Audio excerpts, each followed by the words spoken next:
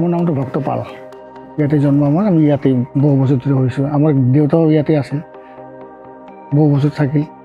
90 বছৰমান বয়স হৈ দেউতা ঢুকাইছে। তাৰপিছতে মাটিৰ কাম চাম আগতে দেউতা কৰিছে, এতিয়া মই আকৌ এইবিলাক কৰি আছোঁ।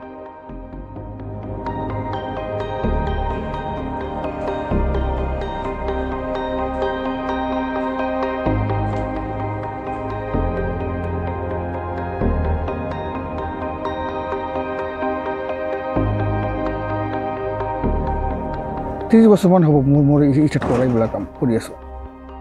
এতিয়া 20 বছৰ বয়স হ'ব, এতিয়া 52 বছৰ বয়স হ'ল। মই আৰু মোৰ মিছেছে এইবিলাক কাম কৰি আছোঁ। আৰু এইটোক আমাৰ এই দেউতাৰ পৰাই শিকিছোঁ। দেউতাটো চাইছে আৰু দেউতাক দেখাই দিছে, এনেকৈ কৰ সেনেকৈ কৰ এনেকৈ কৰ, এনেকৈ কৰিছোঁ। আৰু এই দেউতাটো চাইছে, আমি কৰিছোঁ। দেউতাৰ প্ৰথমতে কামবিলাক কৰিছোঁ, সেইকাৰণে মানে এই চলি আছোঁ আৰু কিবা